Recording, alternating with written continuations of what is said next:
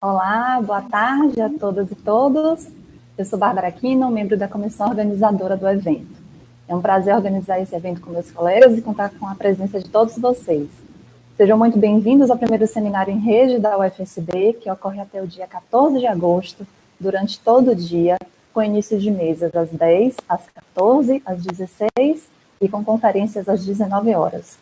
Esse é um evento idealizado pela reitoria da UFSB e organizado pela PROGEAC, em parceria com a PROTIC, a PROEX, a PROAF, a PROPPG, o apoio da PROP e da ACS, tendo a participação das unidades acadêmicas, da Comissão de Ética dos Servidores e das representações estudantil e técnica em educação na organização da grade de programação.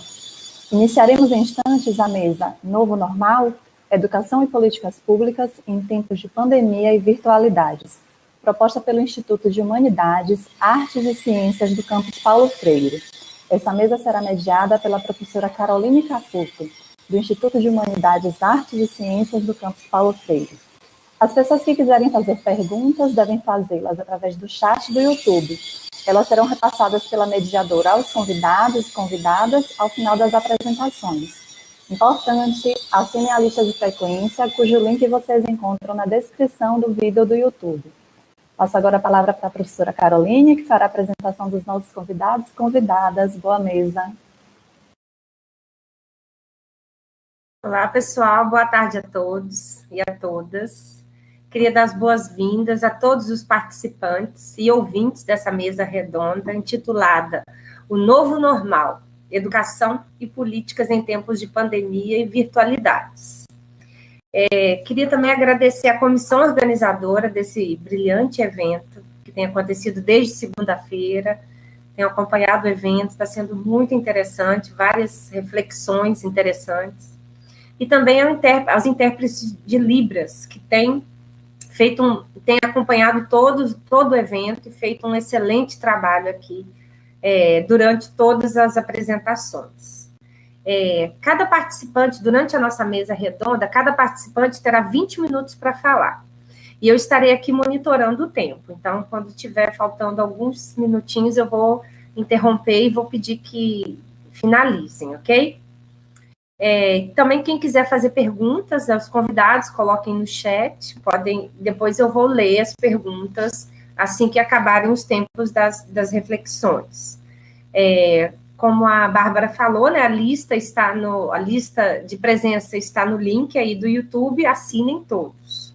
E, antes de iniciarmos essa conversa, eu gostaria de falar um pouco dessa mesa redonda, né? O tema é o novo normal, né? E muito tem se falado desse novo normal. Mas como podemos definir, então, normalidade, né? Eu fiquei pensando bastante sobre isso. Como definir normalidade, então, a partir do momento que estamos vivendo, né? E quando a gente pensa na sobrevivência e na proteção, né? Que estão muito ameaçados hoje em dia, né? Já não consideramos algo como normal. Então, não vivemos nesse normal atualmente, porque não temos uma sobrevivência normal e uma proteção normal. Então, essa normalidade seria a constituição de um padrão que assegura às pessoas que estão contidas nele numa certa proteção, segurança, continuidade e sobrevivência. Então, esse novo normal seria a proposta de um novo padrão que pudesse garantir essa sobrevivência. Então, será que estamos prontos para esse novo normal, né? Então, nesse sentido que eu levanto aqui essa reflexão sobre esse novo normal, tanto na educação quanto nas políticas públicas, que tanto tem se falado e discutido, né, neste momento. Então, iniciaremos a nossa fala hoje com a professora Ana Paula Silva de Araújo. Ela é professora da Escola Municipal Omar Cajá, em Caravelas, Bahia. Possui graduação em Letras e especialização em Língua Portuguesa, ambas pela UESB, e mestrado profissionalizante em Letras pela UESP. Tem experiência na área de letras, com ênfase em língua portuguesa, atuando nos seguintes temas: variação sociolinguística, regência verbal e preposição. É com você a palavra, professora Ana Paula. Bom, boa tarde a todos e a todas. Primeiro, eu gostaria... Tá bom o som? Vocês conseguem me ouvir bem? Eu não sei se o som tá legal. Boa tarde a todos e a todas novamente. Em primeiro lugar, eu gostaria de saudar a mesa, parabenizar os organizadores do evento, do seminário.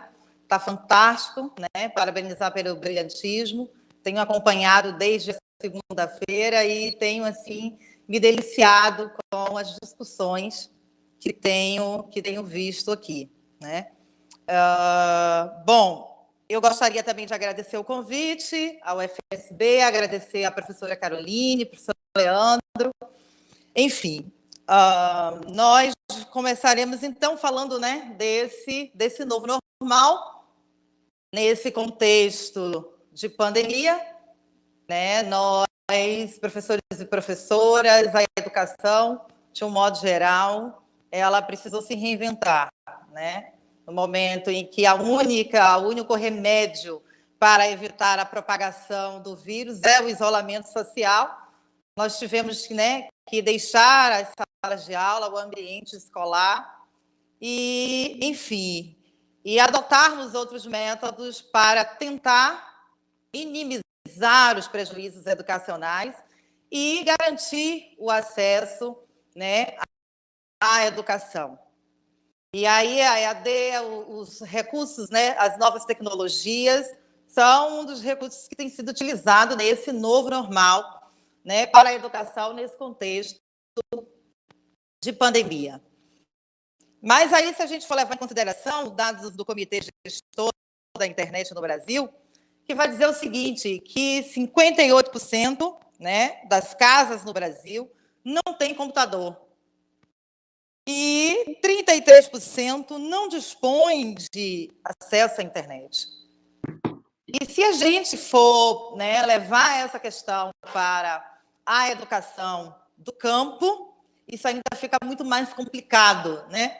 Uma vez em que a educação do campo, e aí só corrigindo antes, quando a professora Caroline falou o nome da escola de atuação, da minha escola, na verdade, eu faço parte da escola do professor Júlio Jerônimo, tá? Eu não faço mais parte da escola Omar Cajá, eu sou professora do Centro Educacional Professor Júlio Jerônimo, no distrito de Joerana. Então, eu já tenho uma relação aí de quase 10 anos com a educação do campo.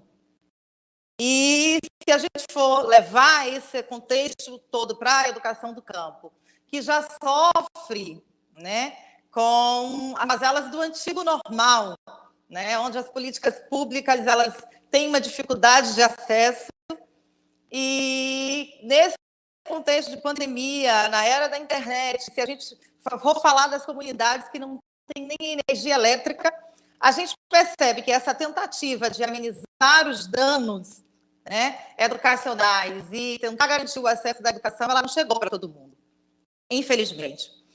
E aí, falando em políticas públicas, eu trouxe um breve histórico das políticas públicas para a educação do campo, né, para que a gente perceba qual é a percepção do Estado para essa educação. E aí eu vou pedir, por favor, a professora Caroline, para começar a apresentação, por favor.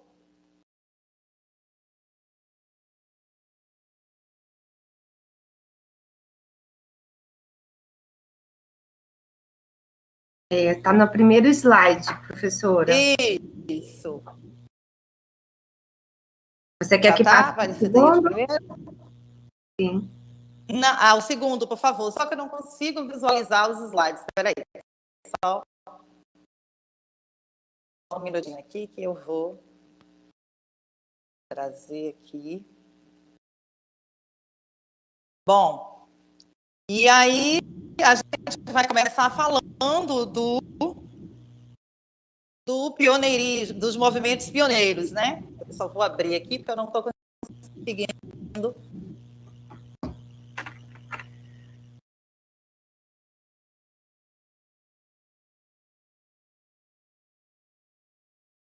Os slides e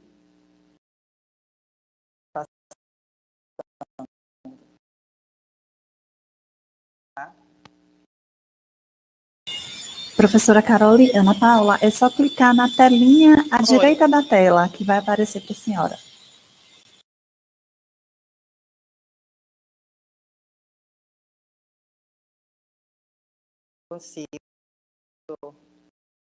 Consigo ver aqui, mas eu já abri aqui.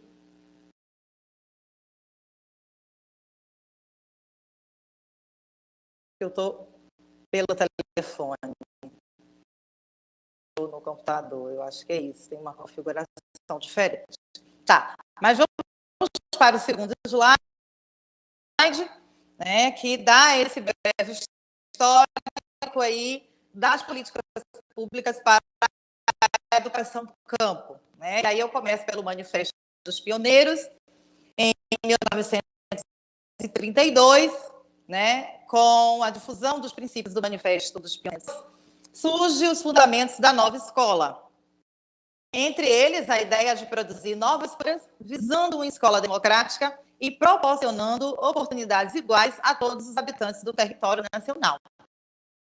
E aí a gente está falando tanto da educação, né, como a educação do campo, como a educação das áreas urbanas. E aí, por trás desse Manifesto dos Pioneiros, nós temos intelectuais aí como Anísio Teixeira, Cecília Meirelles, né, que reivindicam uma educação pública, gratuita, né, e laica, mais democrática. Seguindo para 1942, temos as leis orgânicas da educação nacional, que propõe uma separação entre a educação para a elite e a educação para as classes populares. Obviamente que propõe para a elite uma educação secundária e normal, né? Enquanto que para as classes populares, uma educação voltada para a formação da mão de obra, né? Para o mercado de trabalho. Pode passar o segundo slide, por favor. Próximo. Bom, já aí nos finais de 1960, né, nós temos aí o êxodo rural.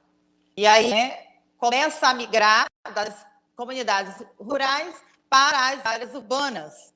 E aí o Estado, preocupado com o crescimento exagerado das cidades, desorganizado, desordenado, isso vai implicar diretamente no processo de urbanização da cidade.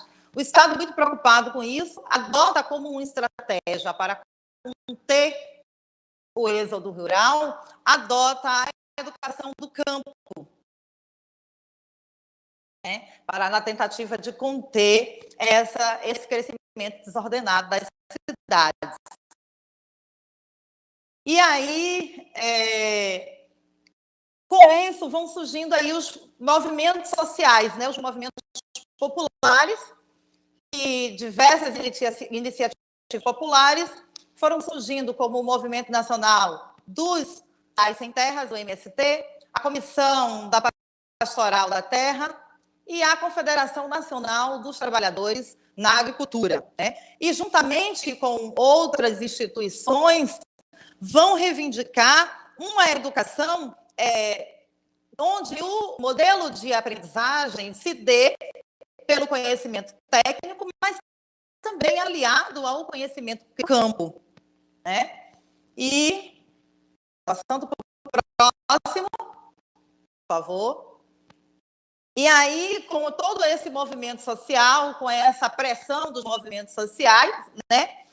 E o Estado aí inclui a educação na Constituição da República Federativa de 1988, vai incluir aí a educação como direito de todos e dever do Estado, né, que será promovida e incentivada com a colaboração da sociedade, visando o pleno desenvolvimento da pessoa, seu preparo para o exercício da cidadania e a sua qualificação, né, para o trabalho. O que é que a gente pode ver a partir daí? Que o Estado propõe uma educação, uma proposta tecnicista para o campo, né? Uma proposta de educação voltada para a formação de mão de obra, né? E aí o que é que acontece? Os currículos eles precisam ser reestruturados, ser reinventados de modo que atenda aos princípios dessa formação de mão de obra, né? E os trabalhadores pedagógicos, eles vão aí, a partir de então, trabalhar junto com os sindicatos dos trabalhadores rurais, né? Juntamente com partidos de esquerda e outros professores, outros educadores, na tentativa de garantir uma educação que tenha ênfase no bem-estar social dos sujeitos do campo. Próximo slide, por favor. Bom, e aí, nesse sentido, seguindo, nós temos aí a Secretaria de Educação, que o MEC vai criar em 2004, né? A Secretaria de Educação Continuada, Alfabetização, Diversidade e Inclusão, a SECAD, né? E que traz uma proposta aí voltada para a educação do campo, que vai dizer que a educação do campo, tratada como educação rural na legislação brasileira, tem um significado que incorpora os espaços da floresta, da pecuária, das minas e da agricultura, mas ultrapassa ao acolher em si os espaços pesqueiros, os espaços caiçaras, ribeirinhos e extrativistas. Ok? Bom, e aí, nesse sentido, né, o que é que acontece? Dentro de uma proposta ainda tecnicista, a educação do campo ela vai atender ao sindicalista, né? E que vai dividir, que vai influenciar, na verdade, diretamente nas políticas públicas, dividindo o Estado numa luta de classes, né? E as escolas elas não ficam de fora disso.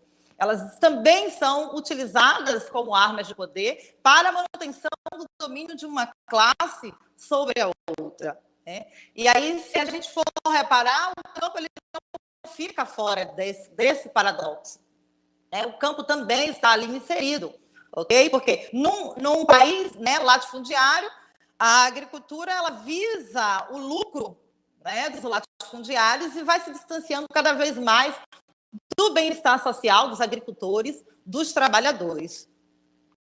Próximo, por favor. Bom, e aí com essa pressão, toda a pressão dos movimentos sociais, né? O que é que acontece? A Constituição Federal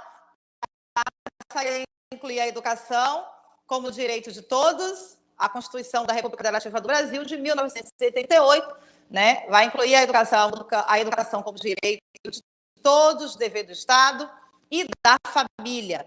Será promovida e incentivada com a elaboração da sociedade, visando aí ao pleno desenvolvimento da pessoa, seu preparo para o exercício da cidadania e a ação para o trabalho.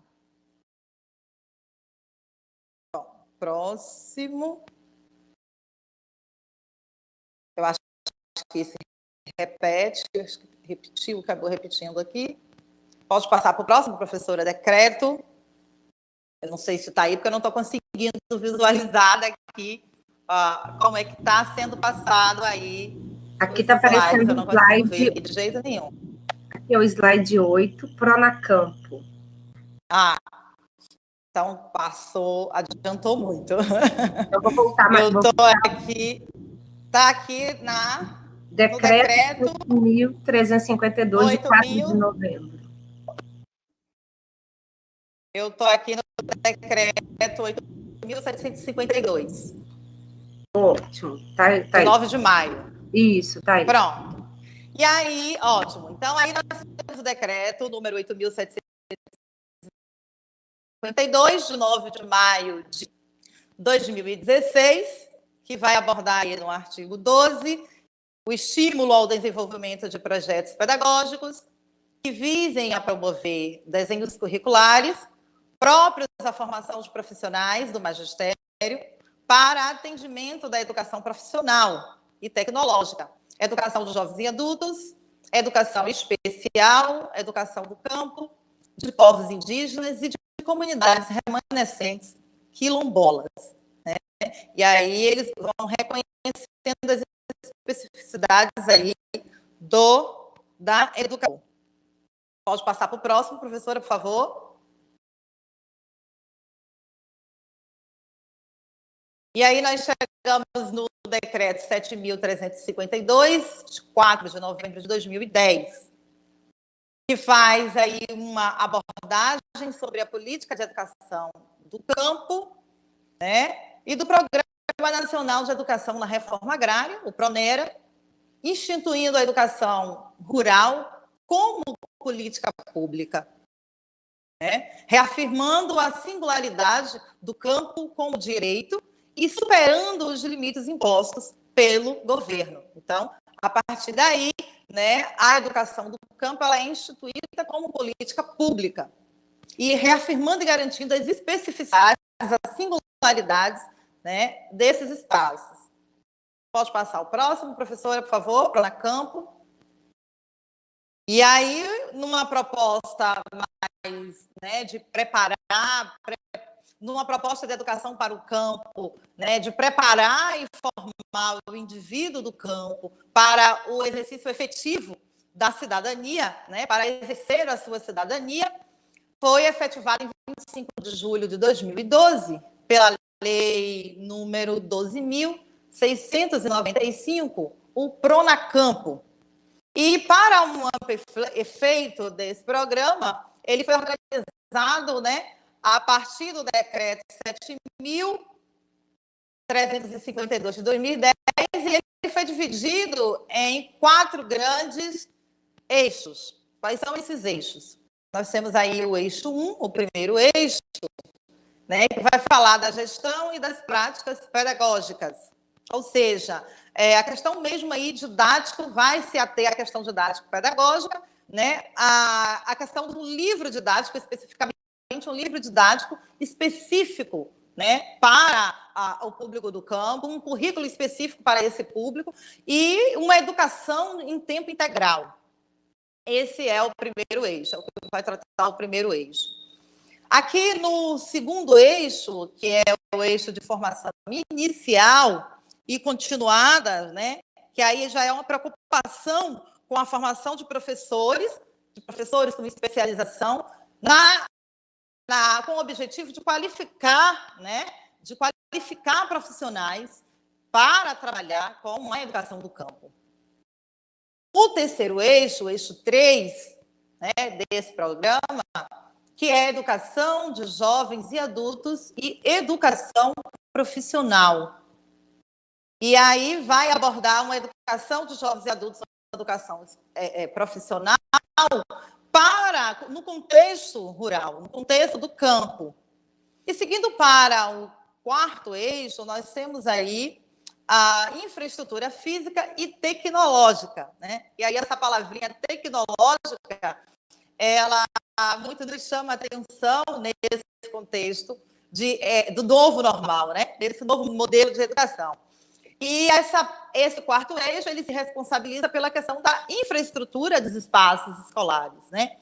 E aí vai falar de construção de quadras esportivas, espaços de terra para aula prática, alojamentos para os estudantes e os profissionais, né, da educação, do campo, além de laboratórios de informática, né, recursos tecnológicos, equipar esses espaços educacionais do campo com recursos tecnológicos, projetores de vídeo, enfim. Então, o PRONACAMPO ele é dividido nesses eixos, onde cada eixo tem as suas responsabilidades. E aí eu finalizo esse retrospecto rápido aí, né, a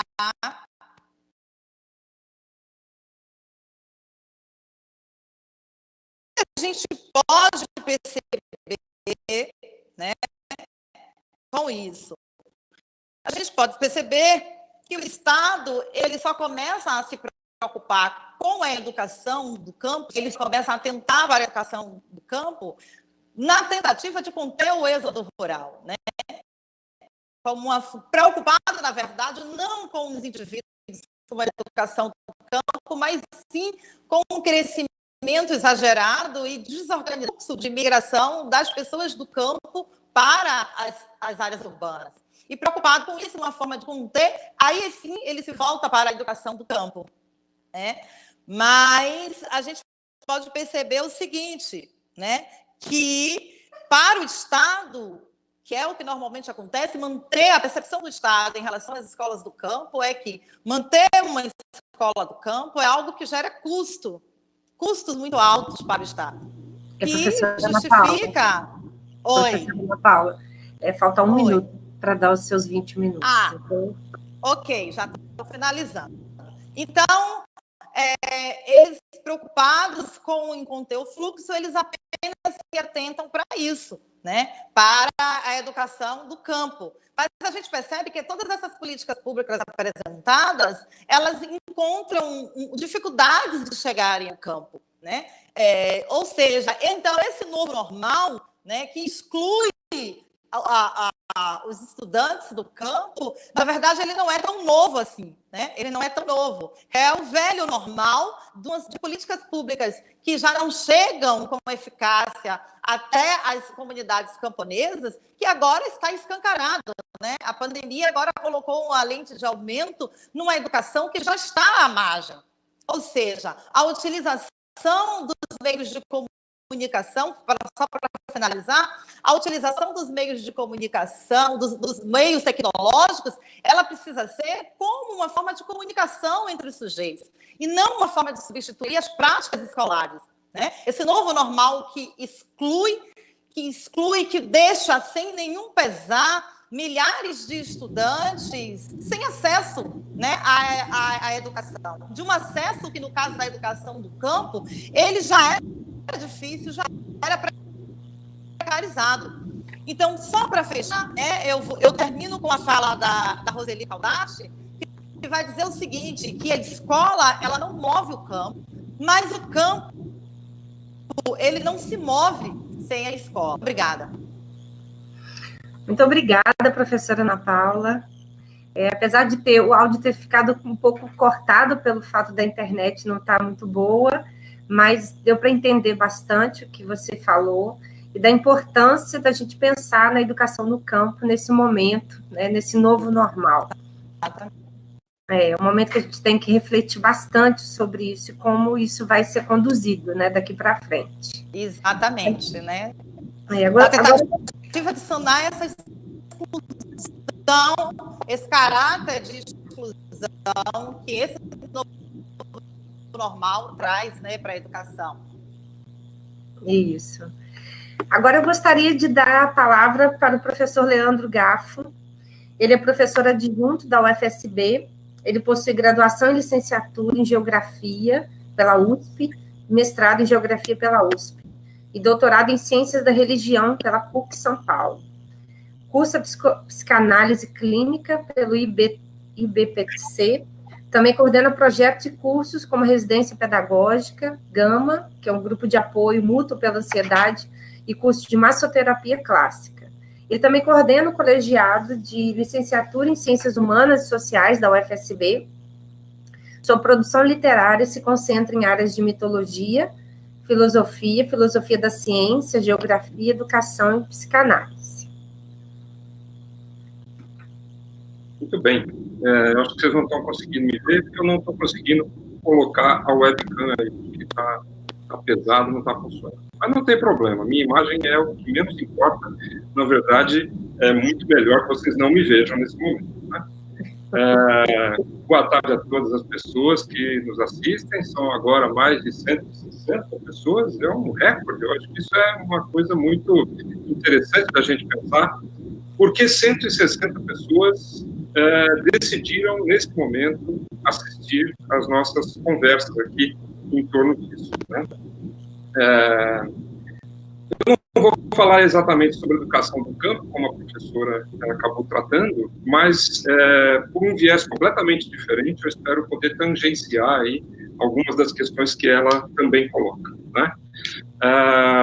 Então, eu vou tentar verificar se consigo aparecer aí. Se não, você poderia, por favor, projetar aí a nossa apresentação. Agora sim, agora eu apareci. Não estou te ouvindo, Carol. Ainda não está disponível aqui o slide. Assim que estiver disponível, eu vou passar. Não tem problema. Eu vou fazer um caminho bastante inusitado, né? Quando estava preparando essa apresentação, eu lembrei de 2 textos que eu li no final saíram aí no final do mês passado, em julho, né? Um do Slavoj Zizek, um filósofo ucraniano, né, que bastante interessante, neomarxista, e o Christian Dunker, que é um psicanalista brasileiro, são amigos, inclusive, produzem coisas juntos, né, apresentam coisas juntos, e isso me pareceu muito interessante tratar. Por que esses textos aparecem nessa mesma época, né? Zizek está falando sobre 3 tipos de tempo, né? Então, está lá pronto, pode projetar, quando estiver no ar, aí vocês me avisam, só para eu poder me fixar nas apresentações.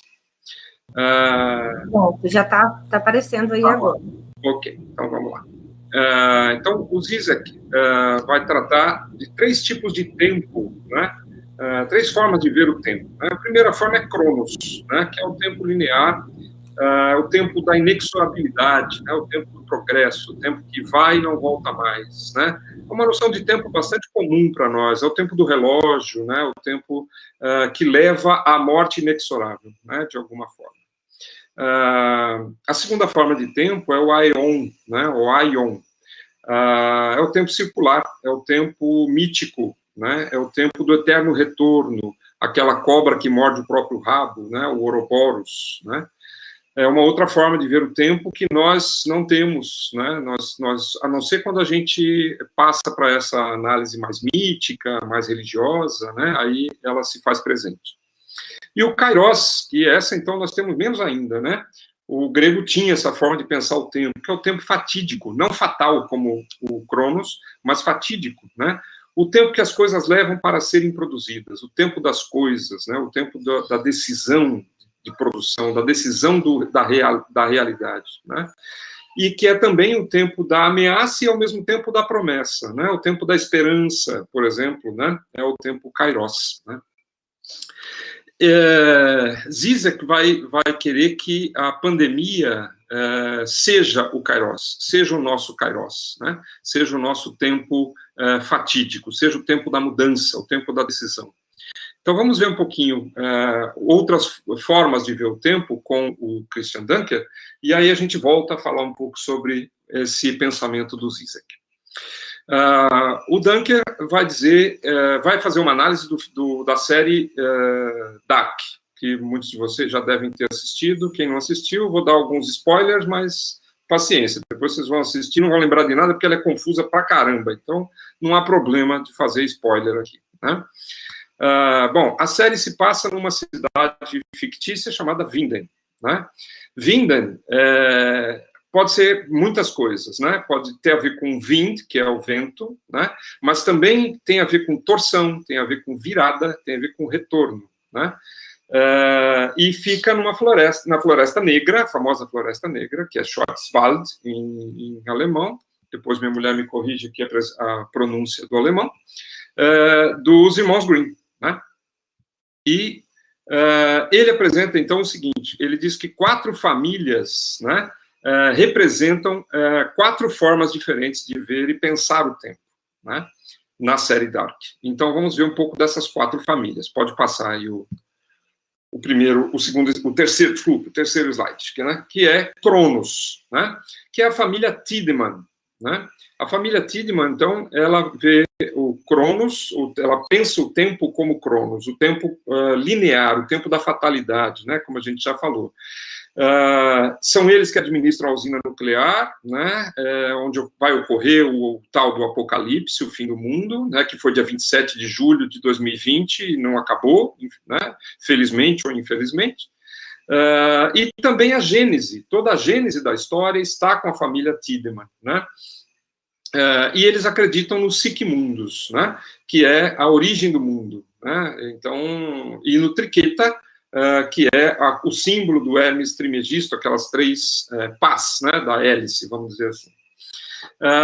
Tem a ver com o quê? Tem a ver com o pensamento de Heidegger, né? Heidegger é um filósofo alemão, todos eles que nós vamos passear aqui são alemães, né? Portanto, Dark é uma conversa com a filosofia alemã, no final das contas, que escreveu Ser e Tempo em 1927. E no qual ele descreve a importância do ser para a morte, quer dizer, exatamente essa inexorabilidade da morte, né? O progresso que caminha para a morte. A morte é a razão da existência, no final das contas, para Heidegger, né? Então, a existência é o tempo do confronto entre a circularidade e a finitude da existência. A finitude é inexorável, né? E ele puxa isso lá de Agostinho, né? Agostinho também tem um texto belíssimo que fala do tempo, o tempo como intervalo entre o que já não é e o que ainda não foi, né? E é necessário, portanto, um ato de decisão para produzir o presente. O presente é uma produção, é um ato mesmo, né? Pois ele não é mera passagem contínua do tempo, portanto, né? E nele estão presentes memória e antecipação como essa seta progressiva e regressiva ao mesmo tempo do tempo, né? Ao mesmo tempo luz e sombra, barbárie e progresso, né? E a luta do bem contra o mal, quer dizer, o tempo dessas dualidades também estão presentes, tanto para Heidegger, né, quanto nessa família Tiedemann aí, na série Dark. Tá? Pode passar para o próximo. É a família Canwald, que é o tempo do Aion, o tempo religioso, o tempo mítico, né? Então, é o tempo do eterno retorno, o tempo onde tudo deve voltar a ser como sempre foi, né? É o tempo nietzschiano, portanto, né? Nietzsche escreve exatamente esse livro, Para Além do Bem e do Mal, onde ele apresenta a teoria do eterno retorno, né? Que a nossa existência se repete infinitas vezes, né? Portanto, um tempo circular. Quanto mais o herói age para escapar do seu destino, mais ele se aproxima da realização desse destino, né? Então, é bem o tempo mítico mesmo, né? Bem claramente. Um exemplo na série que é um exemplo bíblico, né, no final, porque os nomes, muitos deles são bíblicos, né, é Jonas, né, o Jonas na série, né, Jonas é enviado a Nínive para fazer sua população se arrepender do castigo divino, né. No caminho ele é engolido por um peixe e vomitado 3 dias e 3 noites depois. O número 33 aparece na série e não é à toa, portanto. E essa teoria trágica do tempo é recorrente em vários heróis trágicos, né? Eu estudei 2 aí no mestrado, um no mestrado, Gilgamesh, né, que é o herói sumério, e Ulisses, o herói grego, no doutorado, né? Então é muito interessante para mim essa questão. Pode passar para a próxima. É o tempo espiral, que é a família Doppler, né? Esse tempo em espiral é um retorno, mas não ao mesmo ponto, ele não é circular, né? Há uma ideia de progresso, caminha, o tempo caminha também, né? Então, é uma combinação entre o tempo mítico do Aion com o progressivo do Cronos, né? Ele luta contra os planos dos Sigmundos, né? Essa família Doppler, mas seus desejos não se realizam como se esperam, né? Sempre que ele tenta resolver aquilo, voltando para o passado e tentando resolver, ele acaba criando condições para a existência dos Sigmundos, né? A expressão aí é de Hegel, né? Hegel é quem afirmava que há a existência de múltiplas experiências de tempo, né? No agora, né? No aqui e no agora. O tempo tem, portanto, uma estrutura espiral para ele e cria os acontecimentos, né? Retrospectivamente, as condições para a própria justificação e existência, né? Então, cada um vive inúmeras temporalidades, né? E todos realizamos cadeias de determinação e contingência. É isso que vai construir essa espiral, né? O que vai ser determinação, o que vai ser contingência, né, nesse processo. Então, portanto, algumas versões do tempo se tornam presentes, se realizam no presente, né, no que a gente chama de presente, e outras ficam latentes, vamos dizer assim. Outras versões de tempo ficam latentes, né? Isso é interessante porque ele vai culminar com a ideia de dialética, que é definida pelo Hegel como o tempo e os atos do espírito que se movimentam graças à força criativa da negação conservadora, né? Então, essa ideia de progresso vem da negação desse processo conservador, né?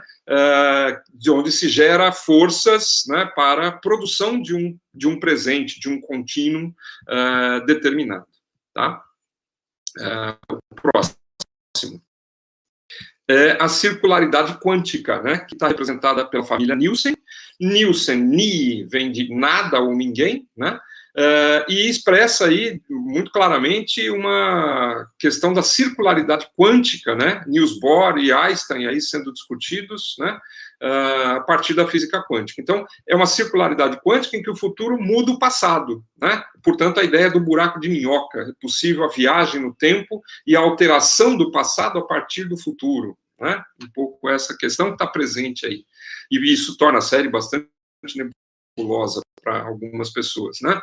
Então, por exemplo, as crianças desaparecidas, né, são em alemão é Verschwinden, né, foram levadas para um passeio em espiral do futuro para o passado, que é Winden, portanto, retorno ao passado, de tal forma a revelar o sentido circular ou retilíneo, que também é Winden, da vida e de nossa existência, né? Então, esse processo do futuro para o passado é uma constante dentro da série, né? E reflete essa controvérsia entre a física relativista de Einstein e a quântica de Niels Bohr, né? O Nielsen vem de Niels Bohr, né? Na qual se mostrou que a seta do tempo não é, portanto, irreversível, né? O tempo não é um progresso, um contínuo que vai embora e não volta mais. Ele tem essa possibilidade de retorno. E mais que isso, ele é reversível e até inversível. É possível inverter o tempo, né? De certa maneira. Então, isso em função de quê? Da velocidade e da posição do observador, né? É isso que dá um pouco de nó na nossa cabeça. Pode passar para o próximo. Ainda nessa questão da circularidade quântica, né? Um exemplo que está dentro da série é a máquina do tempo do H.G. Tannhaus, né, que é uma clara referência a H.G. Wells, né, que é um autor de ficção científica que escreveu um livro chamado A Máquina do Tempo, né, e a ópera Tannhauser, do Wagner, também está presente aí com o nome Tannhaus, né, e que aparece no portão, várias cenas aparecem esse nome escrito no portão. Então, a máquina do tempo que esse cara inventa só pode ser inventada, só pode ser construída porque o livro que explica como viajar no tempo, que foi escrito por ele, mas foi escrito no futuro, esse livro foi enviado para ele ao passado, né? Então, ele recebe esse livro pronto. Ora, se ele não produziu o livro no futuro e não produziu o livro no passado, quem produziu o livro? É essa questão que coloca-se, né, nesse tipo de questão do tempo aí, visto como um buraco de minhoca. Quem produz o quê? Né? Então, a partir de um celular, e também a partir do celular que é deixado pelo Ulrich Nielsen, né, um da família Nielsen, que vai do futuro para o passado, e deixa esse celular lá. Quer dizer, sem esse celular, ele não poderia ter construído a máquina do futuro, né?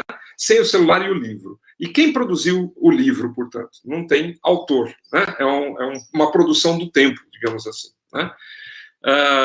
E há uma referência aí também a um filme bastante famoso chamado Blade Runner, né? Da versão de 1982, em que o androide, o que é chamado replicante lá, né? Feito pelo Rutger Hauer, quando ele está nas últimas cenas, né, o caçador de androides está atrás dele e tudo, e ele está numa situação em que ele vai matar o caçador que está perseguindo ele salva a vida desse caçador e declama um poema, né? O poema é esse: eu vi coisas que vocês não imaginariam. Naves de ataque na órbita de Orion. Eu vi raios C brilharem na escuridão, próximos ao portal de Tannhauser. Todos estes momentos se perderão no tempo, como lágrimas na chuva. Hora de morrer. Isso é uma frase de um romance, de uma ficção científica também, do Philip K. Dick, que é um outro autor de ficção científica. Veja, Tannhauser, portal de Tannhauser, está aí presente também uma outra referência, né? Ora, por que isso é interessante, né? Porque, vamos passar no próximo slide aí, a torção do tempo, né? Que também é vinda, né? Bom, o que acontece é que, por que esse androide do Blade Runner salva o perseguidor, né? Ele salva o perseguidor porque ele adquire uma espécie de alma humana, ele se torna humano, né? Então é o momento em que essa máquina deixa de ser máquina e se torna humana. O que nos faz humanos, portanto? Né? Acho que essa é a questão que nós estamos tangenciando aqui, de certa forma. O que nos faz humanos é o nosso direito de morrer. O que nos faz humanos é o nosso direito de não sermos máquina, de não parar simplesmente de funcionar ou de quebrar como uma máquina. É isso que ele adquire, né? Ele se torna alguém, a máquina, o androide, quando ele deixa de pensar só em si mesmo e passa a se colocar na posição do outro. Aquilo que a gente chama de empatia, né? O que nos torna humanos, portanto, é essa capacidade de negar nossa determinação maquínica, né? Nós não somos máquina, e essa capacidade de negar isso e de nos colocar como humanos, né? Por isso, humano é uma produção, né? Nós não nascemos humanos, nós nos tornamos humanos, né? Já diziam vários filósofos. Esta é a pequena torção, portanto, a torção que é possível fazer no tempo. Né? A torção da pequena mudança dialética, né? Quando a gente deixa de ser algo determinado por fora de nós, né? Por algo fora de nós, e passa a ser determinante daquilo que nós somos, né? Essa a pequena diferença que, na verdade, faz toda a diferença, né? Bem, Zizek, retornando lá ao Zizek, ele gostaria que a pandemia fosse o Kairos, né? Portanto, que a pandemia fosse o ponto de mutação, né? No começo, quando ele começa a escrever sobre a pandemia, né, ele fica muito otimista em relação a isso, né? Ele acha que realmente nós estamos caminhando no processo da pandemia para uma mudança real, né? A partir desse isolamento e tal, dessas questões que nos afligem nesse momento, que a gente vai sair um ser humano melhor, vamos dizer assim, né? O problema é que, ainda que o tempo seja multidimensional, né, o normal, aí, entre aspas, não está mudando, né? Não é isso que a gente vê, não é isso que o próprio Zizek vê, né? Ele mesmo aponta, parece que a gente está fingindo que não está vendo a nova onda chegando lá na Europa, né? O caos dos Estados Unidos, o caos do Brasil, com toda essa displicência com relação ao processo da pandemia, né? Então, portanto, nós não estamos produzindo um presente diferente, né? Não houve torção no tempo, e esse é o grande problema. O novo normal não é novo, ele é simplesmente o normal, né? Ele é o que nós já tínhamos, né? Cada um pensando em si mesmo, cada um pensando na sua própria existência, e não numa questão que fuja, né, dessa noção maquínica de nós mesmos, né? A gente acaba servindo maquinalmente a uma estrutura, a um sistema, né? E isso nós vemos em qualquer coisa. Então, retomando o exemplo da professora Ana Paula, né, da questão do campo, nós poderíamos usar esse momento, essa torção do tempo hoje, para produzirmos uma sociedade baseada em questões que o campo preza muito, né, como cooperação, né, como desenvolvimento mútuo, como apoio mútuo, né, como solidariedade, e, no entanto, não é isso que a gente está vendo, né? Pelo contrário, a gente não consegue sequer incluir escolas do campo numa discussão como essa, por exemplo, né, porque eles não têm equipamentos, eles não têm internet, e eles são contabilizados, assim como os 100.300 contabilizados da nossa, mortos da nossa pandemia. Quer dizer, é a perda, né? É a perda, dentro de uma safra você tem uma perda, e é isso que nós estamos contando, uma perda, né? Eu digo nós, você fala, não, mas eu não estou nisso. Está sim, todos nós estamos, né? Quando a gente serve a um sistema, a gente está fazendo isso sim, né? Quando estamos aqui reunidos num seminário como esse, né, e não estamos discutindo coisas que poderiam estar sendo discutidas, como, por exemplo, a questão mesmo do acesso às pessoas nesse momento a esse seminário, nós estamos sim colaborando para um processo sistemático, um processo maquínico, né, que não é um processo humano, portanto, né? é um pouco essa a questão. Então, eu coloco aí para vocês pensarem, né, esse processo, né? Como eu digo ali no último slide, é bem verdade que a gente precisa experimentar uma espiralidade do tempo e talvez a gente até possa estar vivendo isso no processo de levante das forças conservadoras, né? Então, a gente está num momento aí em que a direita começa a surgir, então, tudo bem, estamos vivendo aí esse momento, mas depois nós vamos chegar num momento melhor. O problema é que esse momento melhor está brecado por um apocalipse que está sendo anunciado, né? Qual é esse apocalipse? Nós temos um planeta Terra que é finito, né? Professor, só tem mais 1 minuto. Então, estamos encerrando. Temos recursos finitos, né? E, portanto, como é que essa pandemia vai produzir uma comoção suficiente para que a gente lembre que os nossos recursos são finitos, né? Para que a gente lembre que que o nosso planeta não vai dar conta de todo mundo ser classe média. Como é que nós vamos fazer essa questão? Passo. Obrigado.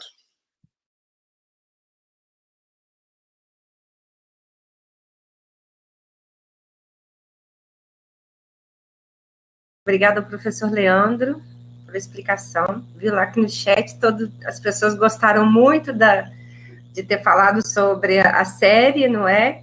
De fazer essa comparação, né? Eu anotei aqui algumas falas de alguns alunos, de algumas pessoas, alguns professores.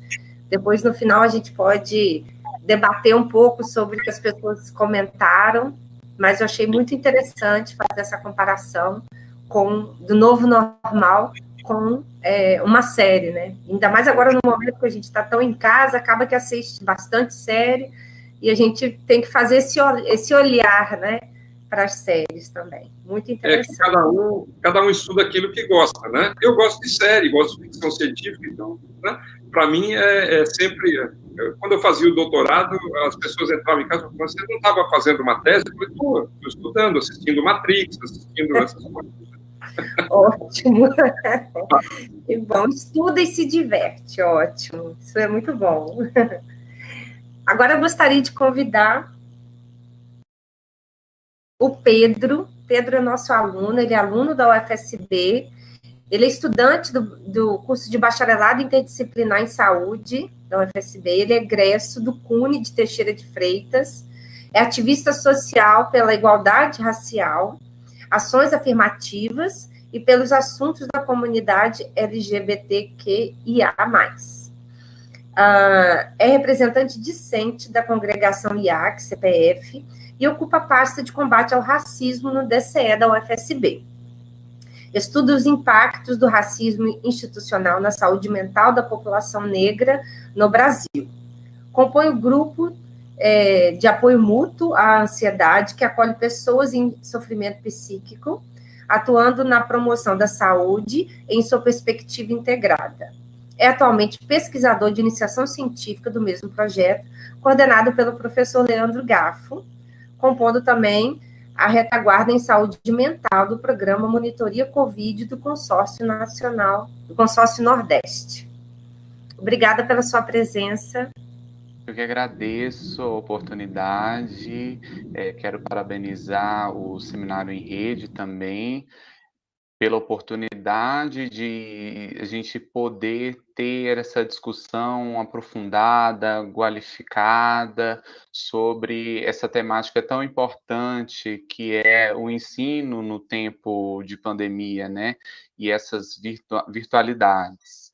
Para mim, é uma honra muito grande poder estar nessa mesa cheia de pessoas ilustres e tão comprometidas com esse pacto, vamos dizer assim, que é a educação. Bom, eu vou iniciar minha fala, não vou fazer uma apresentação, falando a respeito das desigualdades, né, que é o cerne dessa questão que permeou todo o nosso debate sobre o tal do novo normal, que se desenhava a partir da necessidade de que a gente se deslocasse, né? Não mais a gente teria aquele ensino presencial, com aquela rotina, com tudo que a gente já conhecia, né? um novo tempo se avizinhava, né? Uma nova forma de se fazer, uma nova forma de ser também foi imposta, né? E a gente precisou se adaptar diante disso. Outros tiveram condições de fazer essa adaptação, infelizmente, muitos não puderam, né? Eu acho que essa é a fala que eu vou trazer, né? Bom, eu acho que é interessante a gente fazer uma análise sobre o que é o lugar e o não lugar, né? O que é o lugar que a gente está agora? De pessoas que estão atravessando, transpassando as barreiras, né, presenciais e utilizando dos meios virtuais e digitais para estar fazendo essas discussões. No entanto, existe um não lugar que talvez esteja representado esteticamente por mim, uma pessoa negra, periférica, um aluno egresso de uma escola pública, de um colégio universitário, mas que não está fazendo parte dessa discussão por diversas razões, né? As desigualdades no Brasil, elas são um desafio para se desenhar políticas públicas. E tratando de virtualidade, isso é mais caro ainda para nós, né? Um ponto que eu acho interessante da gente tratar também é acerca da importância que as pessoas têm a ter a cidadania, a importância da cidadania, né? No Brasil, a gente está um pouco atrasado na discussão com relação à renda básica, né, que é uma política pública que intersecciona todas as discussões relativas à saúde, à educação, ao saneamento básico, à igualdade de oportunidades, né? O auxílio emergencial que está sendo dado, ele precisa se configurar como uma política de Estado, né? Isso é muito importante. Por quê? Porque a gente tem, segundo os dados do PNAD de 2018, crianças de 5 a 17 anos que estão alijados do processo educacional ou que têm a sua formação comprometida, a sua formação psíquica, cidadã, educacional comprometida em função da necessidade de complementar a renda dos seus pais, da sua família. E isso que causa essa evasão tão grande.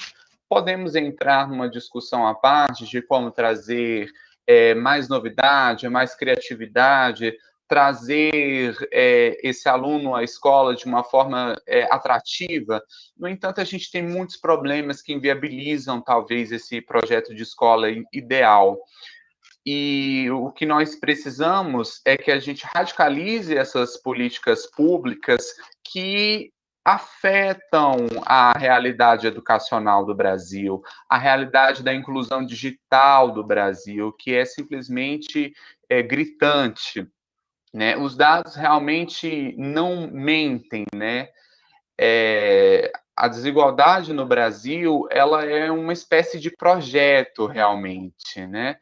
No entanto, talvez esse tempo de pandemia ele possa ser uma nova oportunidade para que a gente encare essa realidade e não mais se compadeça, tenha uma postura de aceitação, né? A esperança caminha junto com isso também. E nessa perspectiva eu trago a esperança de Paulo Freire, né, que é diferente daquela esperança que só espera passivamente pelos resultados que muitas das vezes não vêm.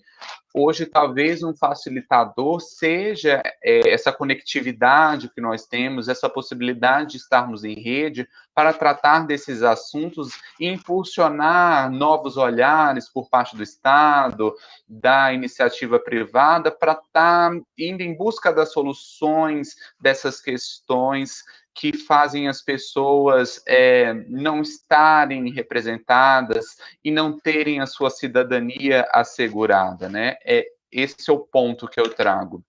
Agora, falando a respeito do movimento estudantil, que eu faço parte orgulhosamente na UFSB, enquanto coordenador, como já foi bem colocado pela professora Caroline, da combate ao racismo, da pasta de combate ao racismo, como também representante do IAC, é interessante a gente trazer as perspectivas nacionais, né, do movimento estudantil no Brasil como um todo.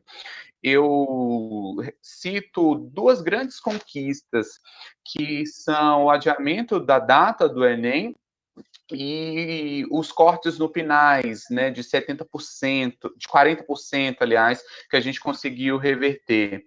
O PNAES é o Programa Nacional de Assistência Estudantil, né?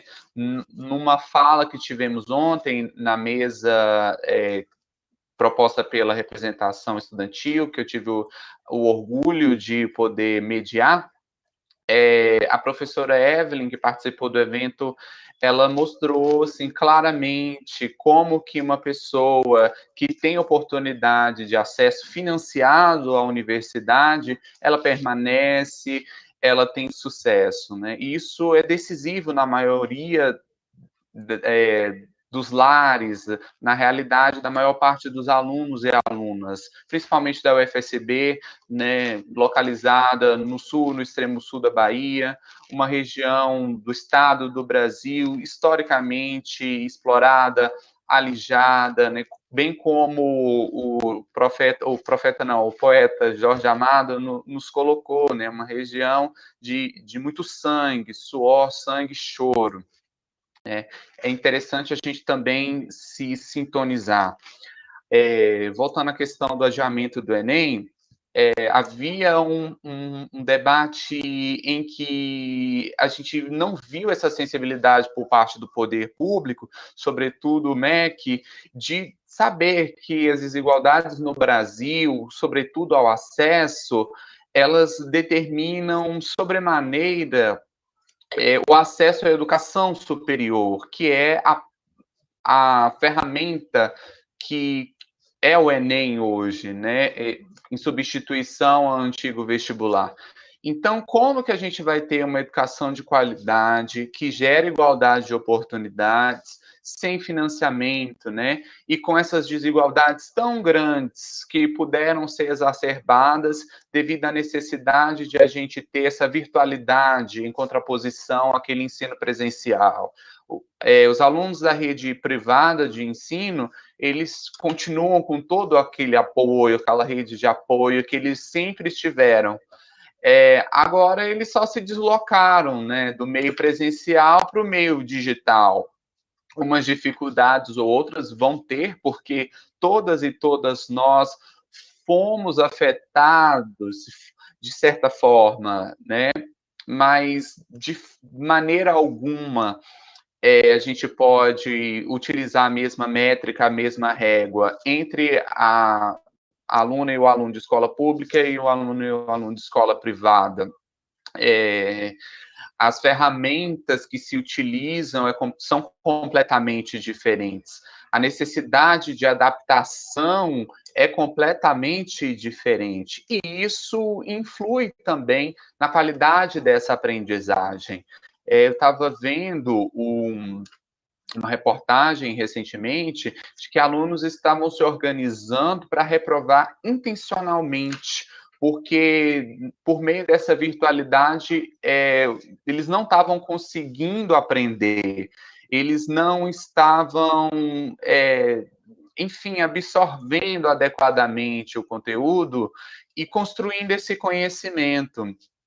E antes a gente já tinha uma escola em que grande parte dos alunos fingiam que aprendiam, e boa parte dos professores também, de certo modo, não conseguiam entregar esse ensino, por diversos motivos, né? Não pode se transferir automaticamente para o professor essa responsabilidade, já que esse fenômeno educacional é tão complexo e tão desigual. No entanto, com certeza, isso foi contrastado, evidenciado por meio dessa virtualidade, né? Esse é um ponto nevrálgico da desigualdade que eu coloco. Então, a gente precisa transitar, quando a gente tiver a oportunidade de voltar ao antigo normal, vamos dizer assim, de criar uma espécie de pacto, aonde ninguém mais vai fingir que aprende e ninguém mais vai fingir que ensina, porque isso se reflete na qualidade da educação que nós temos hoje. Cito também a conquista recente da aprovação do Fundeb na Constituição, né? É imprescindível que isso o Fundeb se torne uma política de Estado, porque como vamos construir políticas públicas efetivas sem o financiamento, né? Esse é o grande mote, né? A gente precisa de financiamento, a gente precisa criar um padrão ouro, né? As assimetrias regionais que se tem, principalmente no Nordeste, em contraponto às demais regiões do Brasil, também são um fator de desigualdade na educação.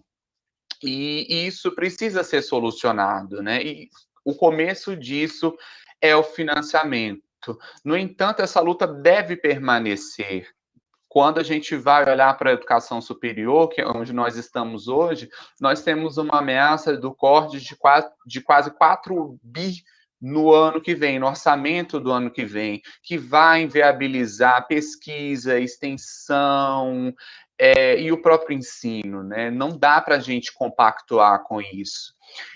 Outro ponto que eu coloco é sobre o mapeamento do genoma do coronavírus, né? Foi uma pós-graduanda, uma equipe de pós-graduandos, pesquisadores, que no Brasil são tão desvalorizados por falta de investimento e de condições de fazer essas pesquisas, que em 48 horas puderam dar essa resposta, né, que foi o pontapé inicial para que a gente pudesse enfrentar esse novo inimigo que nós temos, que é esse vírus desconhecido, de certo modo, né? E essa conquista, essa descoberta, ela impulsionou as pesquisas posteriores que culminaram aí no desenvolvimento de novas tecnologias, né, medicamentosas e até mesmo a tão esperada vacina. Isso mostra como a universidade, como esse pacto da educação com a sociedade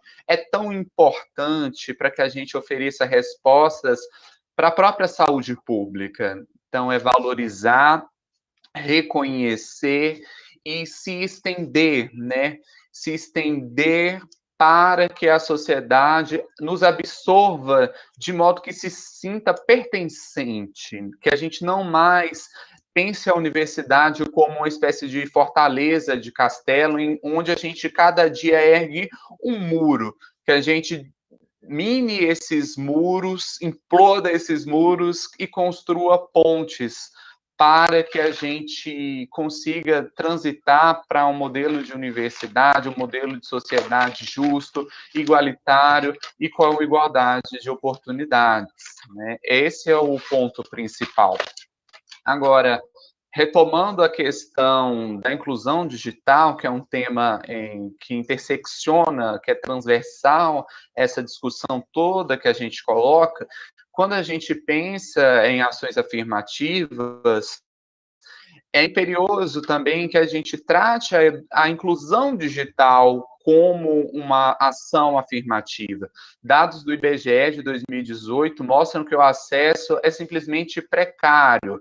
E há uma diferença gritante também entre quem habita na zona urbana e na zona rural, bem como a professora Ana colocou para nós, né? A gente trata a educação virtual, mas a gente esquece que existem várias gradações, né?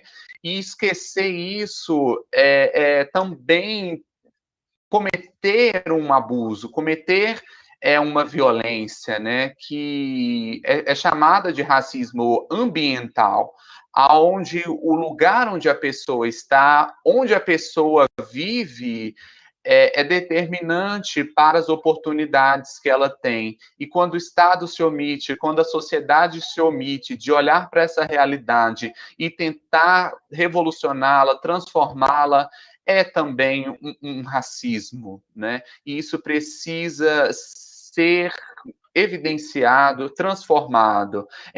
É urgente que a gente compreenda a inclusão digital também como uma ação afirmativa, como uma ferramenta para que a gente consiga dar igualdade de oportunidades, né? Que é algo tão caro para nós. Tem para finalizar, um outro ponto que eu acho importante de ser colocado é sobre as desigualdades que foram contrastadas e que o Boaventura Souza Santos coloca em seu livro, que chama-se A Cruel Pedagogia do Vírus. Ele tem um outro livro que eu cheguei a ler, que é sobre a pedagogia do vírus, onde ele mostra que a pandemia ela vai continuar com seus alvos que no antigo normal, aí bem entre aspas, já estavam colocados. São as mulheres, são as populações vulneráveis, as ditas minorias, os negros, a comunidade LGBTQ, pessoas que são alijadas desse processo econômico-social e que a crise econômica também atinge ainda mais esses setores da sociedade, né? Ainda não temos dados brutos, mas já sabemos que a maior parte, hoje, dos mais de 100 mil pessoas, 100 mil vítimas da Covid-19 no Brasil, são pessoas pretas e pardas. É uma hecatombe social que a gente precisa corrigir imediatamente, né?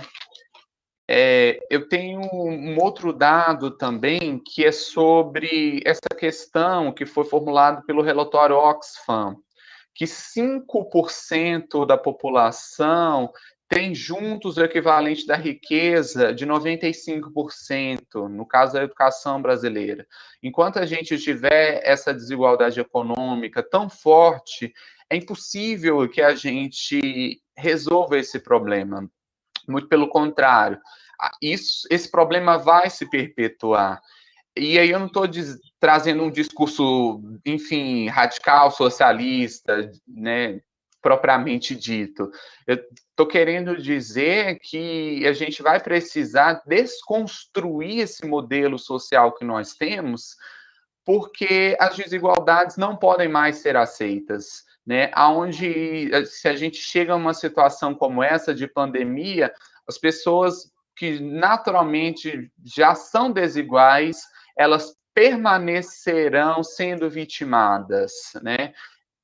O inimigo tem raça, tem cor, tem gênero, tem localização, né?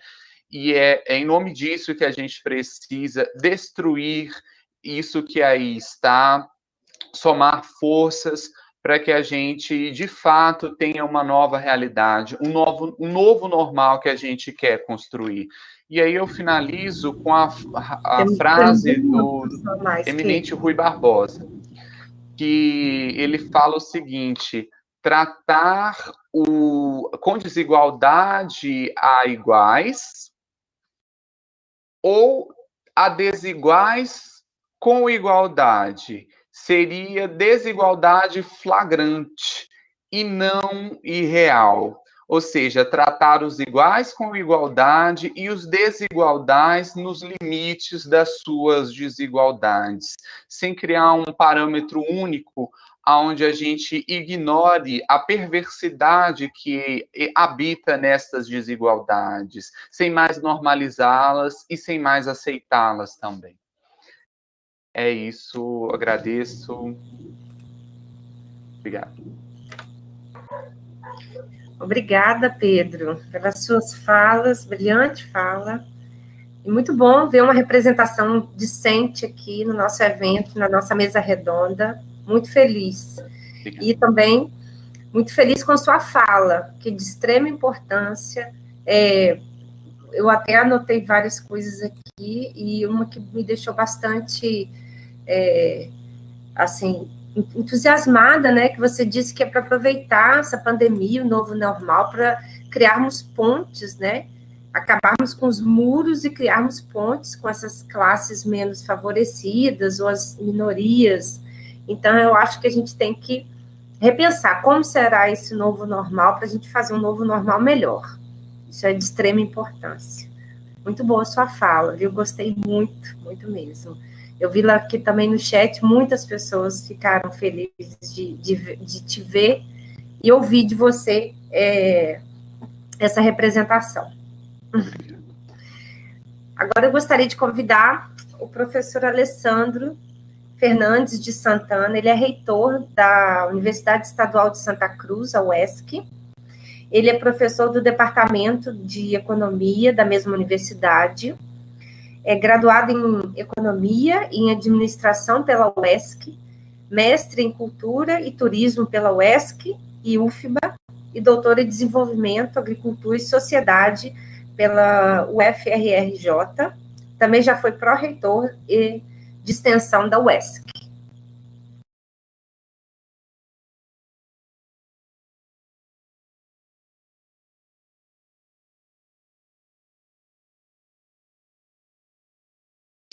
Boa tarde. Boa tarde. Eu cumprimento todas as pessoas que estão nos assistindo. Quero cumprimentar de maneira muito especial a professora Ana Paula, fez uma belíssima explanação sobre a educação, principalmente voltada à educação do campo. Quero cumprimentar o professor Leandro Garfo pela belíssima também explanação, nos convidou a uma reflexão filosófica, psicológica e trazendo o lúdico muito interessante com a série que, professor, eu já estou aqui, já anotei para assistir, não tive a oportunidade ainda, mas assistirei assim que puder. Quero cumprimentar o Pedro Henrique. Pedro, você, um jovem, ainda bastante jovem, eu diria, com um nível de maturidade e um nível de consciência social e de comprometimento com a sociedade incrível. Quero lhe dar os parabéns por isso e tenho certeza que seu futuro, tanto acadêmico como pessoal, serão brilhantes. Mas queria cumprimentar também a professora Caroline Caputo, que nos media aqui nessa mesa, e aproveitar para cumprimentar a Bárbara Quina, colega, antiga colega da Universidade Estadual de Santa Cruz, e aqui na UFSB, tantos outros colegas, o professor Milton, vários outros que estão aqui. É uma felicidade para mim compartilhar aqui esse espaço na UFSB. O tema que nos propuseram para tratar, a questão de políticas públicas, educação em tempos de pandemia e de virtualidade, é um tema bastante interessante quando chamam para o novo normal. Eu sou economista de formação e acredito que a primeira coisa que nós temos que fazer quando vamos falar de alguma coisa tida como nova é fazermos uma análise naquilo que, por outro lado, pode ser considerado velho ou não tão novo assim. Eu, diante de tudo o que tem acontecido nesse período de coronavírus, onde o mundo todo tem passado por um momento muito doloroso, muito sofrido, onde famílias perderam entes queridos, sem sequer ter a oportunidade de chorar pelos seus mortos em um velório digno, um velório decente, ou pelo menos com a presença de familiares. Hoje nós ultrapassamos a trágica marca de mais de 103 mil mortos no Brasil. O número mundo afora já está de uma forma alarmante. E trazer esse tema, a questão novo normal, nós temos que retornar um pouco para ver como era antes. Eu vou me ater um pouco no Brasil, nas questões sociais do Brasil, e dentre as quais eu quero tocar um pouco no que diz respeito à educação. A pergunta que eu faço é: hoje nós temos, diuturnamente, a mídia noticiando sobre os impactos negativos do coronavírus. O que estaríamos assistindo há um ano atrás, quando nós não tínhamos ainda esse impacto tão negativo do coronavírus? Quais as notícias que eram veiculadas sobre a desigualdade social e econômica no país? Quais as notícias que eram apresentadas na mídia em relação à educação no Brasil, ao sucateamento da educação pública no Brasil. Não podemos esquecer que nós temos, por 20 anos, contingenciados os investimentos em educação no Brasil. Não podemos esquecer que temos, por 20 anos, contingenciados os investimentos em saúde pública no Brasil. E não podemos esquecer que, no momento onde um país se quer tornar-se desenvolvido, nós temos os investimentos em ciência, em tecnologia, em inovação, cada vez mais regrados, cada vez mais suspensos pelo governo federal. Não podemos esquecer que um fator importantíssimo para a educação no Brasil, principalmente no combate à desigualdade, que é a garantia do Fundeb, foi uma novela de longos capítulos sendo aprovada no último capítulo e com uma pressão popular muito grande.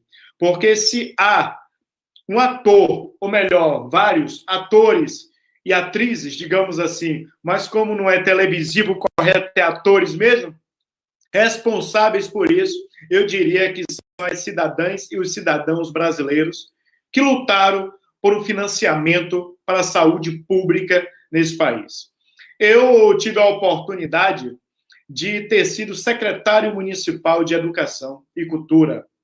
Eu vivenciei de perto, e eu quero me dirigir aqui à Ana Paula, que fez uma explanação brilhante sobre a educação do campo.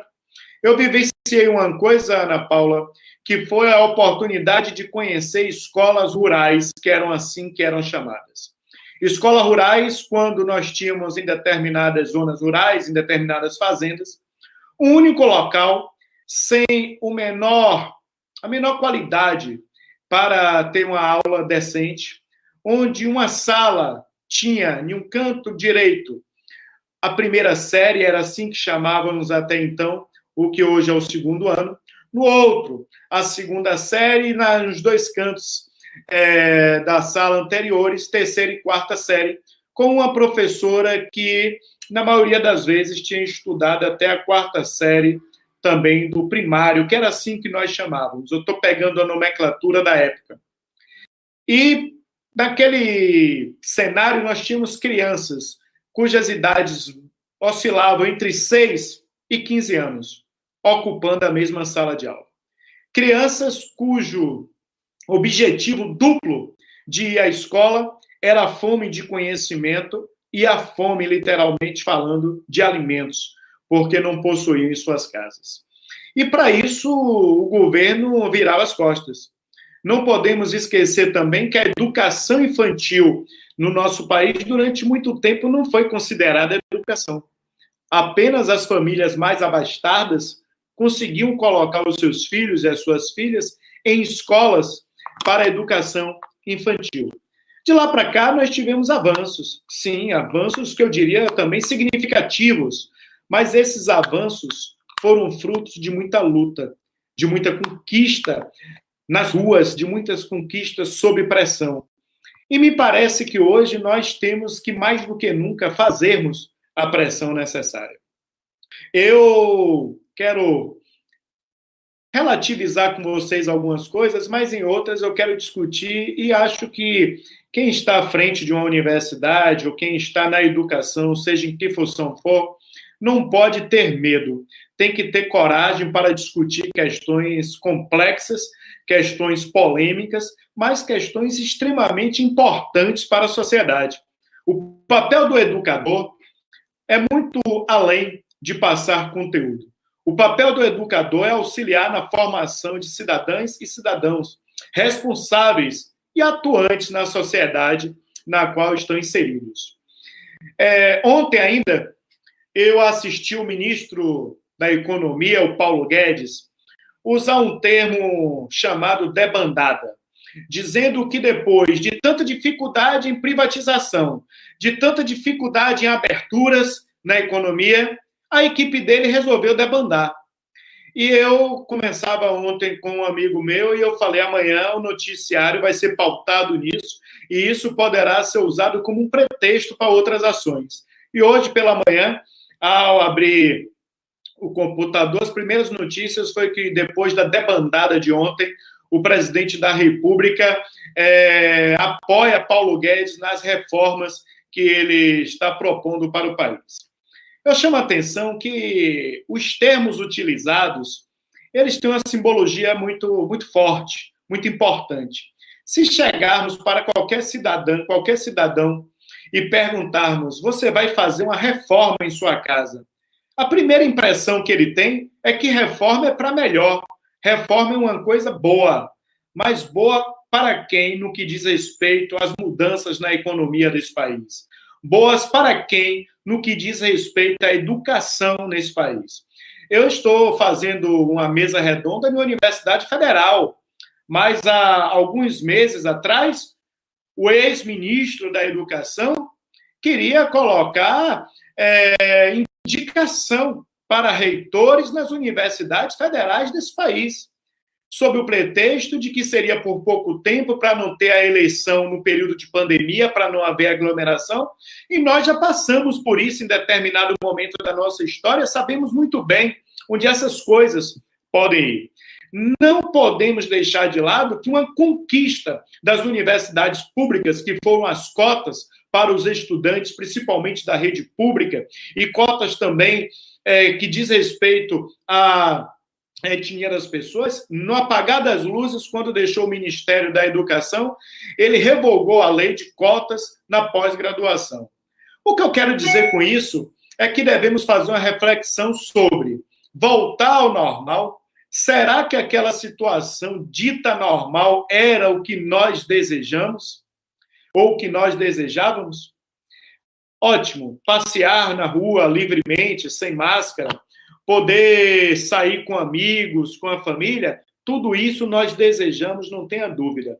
Mas uma exclusão, foi necessário um vírus para mostrar à nação que 100 milhões de pessoas no Brasil tiveram acesso pela primeira vez a uma renda de R$600, uma renda que foi abordada aqui pelo Pedro, chamada de emergencial, e uma renda que o governo queria que fosse utilizado em termos de R$200, e que uma pressão no Congresso triplicou e levou para 600 de forma temporária. A pergunta é, uma vez passada a pandemia do coronavírus, essas pessoas não terão acesso a essa renda, mas essas pessoas ainda continuarão sofrendo de pandemias sociais. Dentre as pandemias sociais são as faltas que os recursos e as políticas públicas fazem a essas pessoas. Essas pessoas não têm acesso à educação pública de qualidade. Eu não posso nunca deixar de lembrar, eu estou falando aqui em uma universidade, que nós vivemos em um país onde o professor do ensino fundamental, ele tem que dar o máximo de suor do seu trabalho e tem que depois lutar para receber o mínimo em termos de salário, que é o piso salarial, que ele tem que lutar para que lhe seja garantido em forma de pagamento, retribuição pelo seu trabalho.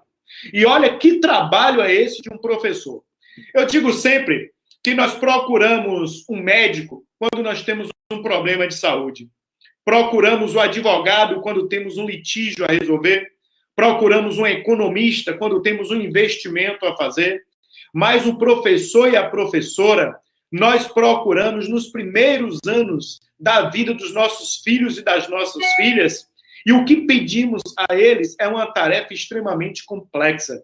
Nos ajude na formação do caráter dos nossos filhos e das nossas filhas. E não temos esse reconhecimento por parte do governo e por parte da sociedade também.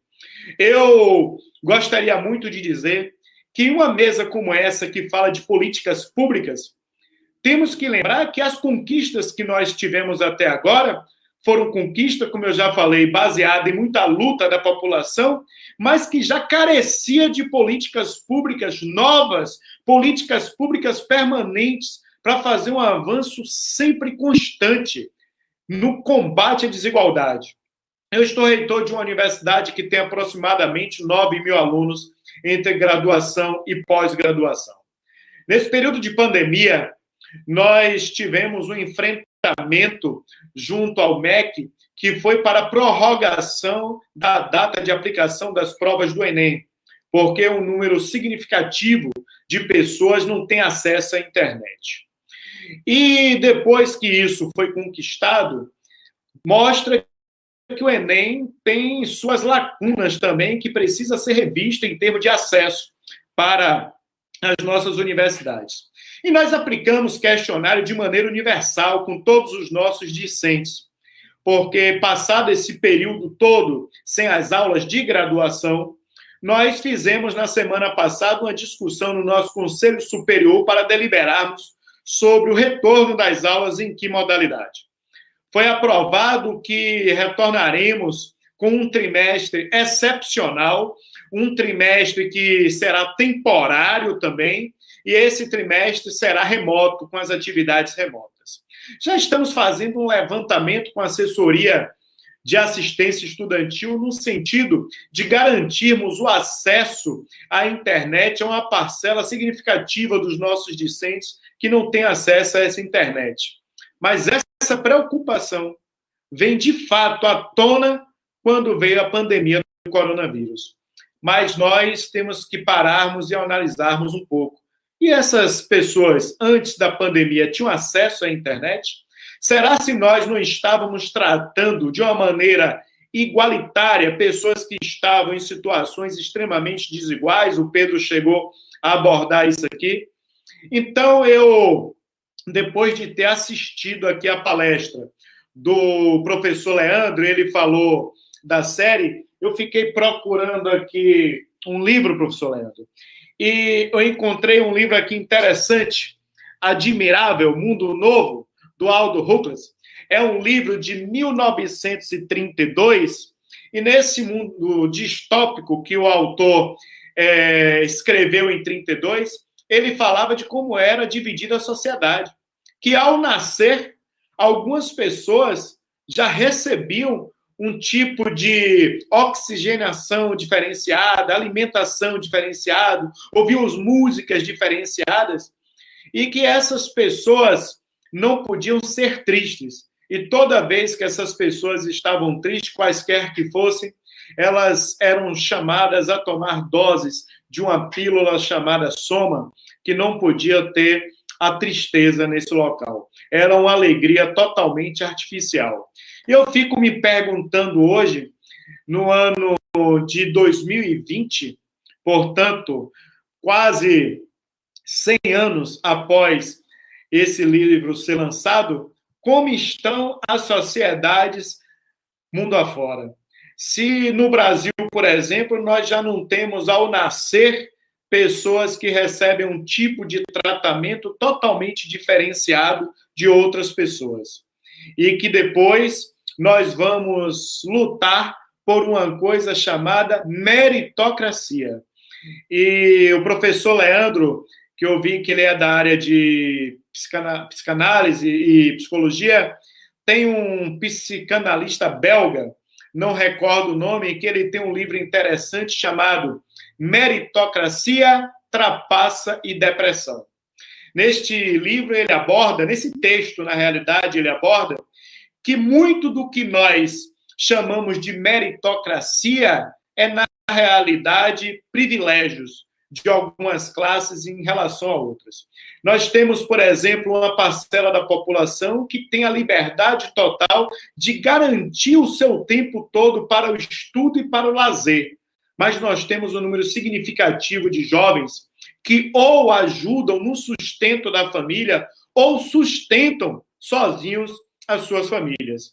Nós temos um número de jovens que tem que trabalhar 2 turnos e se dedicar a um único turno para o estudo. E nós estamos levando isso como se fosse meritocracia. Obviamente que o empenho pessoal de cada um deles é necessário, o empenho individual é necessário, mas nós precisamos de políticas públicas que garantam a essas pessoas o acesso a uma educação com qualidade, que garanta não apenas o acesso, mas a permanência. Nós estamos passando pelo centenário de um grande baiano chamado Anísio Teixeira, e que lá atrás ele já abordava, juntamente com um grande estadista chamado Leonel de Moura Brizola, sobre a educação em tempo integral no Brasil. E algumas pessoas ainda acham que educação integral é uma inovação.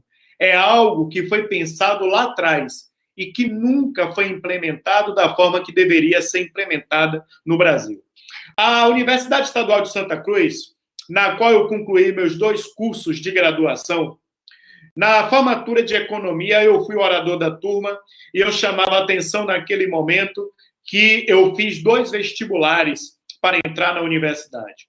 O primeiro vestibular foi pertencer a uma família que tinha condições de pagar 1/3 de salário mínimo para a inscrição do vestibular.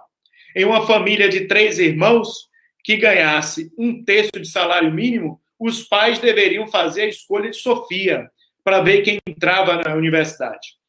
E, no ano seguinte, a universidade deu um passo gigante para esse momento, que foi a isenção da inscrição para alunos da rede pública. Logo depois, nós adotamos as políticas com as cotas para estudantes da rede pública aqui na nossa universidade. Para além disso, nós garantimos as bolsas permanências, refeições subsidiadas em nossa universidade. E o que parece muito, ainda falta muito a ser feito, como, por exemplo, garantir o acesso não apenas à internet, mas a equipamentos tecnológicos que permitam que os alunos consigam competir com um pé de igualdade maior com aqueles que já possuem. Então, eu diria que, nesse momento, temos que fazer uma reflexão bastante importante no Brasil. A Ana Paula falou que 53% das residências no Brasil não possuem computador. Eu diria, Ana Paula, que 11 milhões de residências não possuem água encanada. E nós estamos pedindo às pessoas que fiquem fazendo a sepsia das mãos com água e sabão sempre que puder. Nós temos 6 milhões de residências cujos cômodos são ocupados, em média, por 3 ou 4 pessoas. E aqui eu quero chamar a atenção que ainda que consigamos oferecer o acesso à internet para os nossos estudantes, as nossas estudantes, as condições de estudo não serão as mesmas. Muitas vezes essas pessoas estarão em uma casa, como eu já falei, com mais de 2 ou 3 pessoas por cômodo, muitas delas com crianças, muitas são mães e pais que têm que tomar conta dos seus filhos. Então, eu diria que nesse período de pandemia, a reflexão que eu quero trazer é: se for para voltarmos ao normal que existia, com uma desigualdade estúpida no nosso país, um país onde uma parcela da população se dá o luxo de não comer para não engordar, e uma quantidade enorme não tem o mínimo das calorias necessárias para sobreviver, nós temos que repensar em que país nós temos. No momento onde comemoramos recentemente os 70 anos da promulgação dos direitos humanos, nós vivemos num país onde uma parcela significativa da população ainda luta pelos direitos básicos dos animais, dentre esses a da alimentação.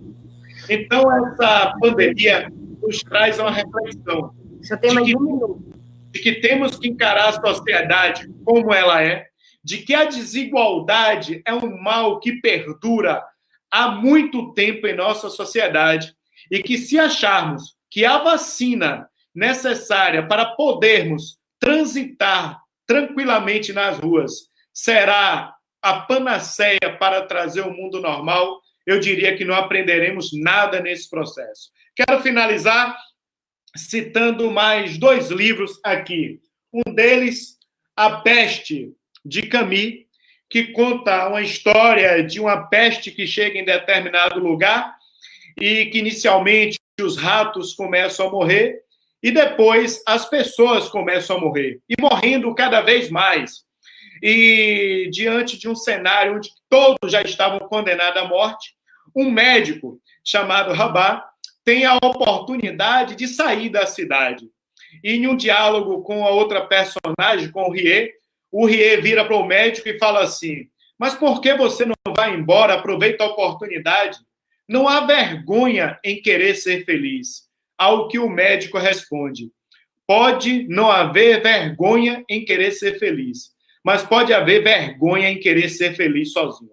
Então, me despeço de vocês com uma das grandes obras da literatura brasileira, Grande Sertão Veredas, e onde ele diz: a vida é ingrato no macio do si, mas traz a esperança mesmo do meio do fel, do desespero ao que este mundo está muito misturado. Espero ter contribuído um pouco e acho que o debate será mais enriquecedor. Grande abraço.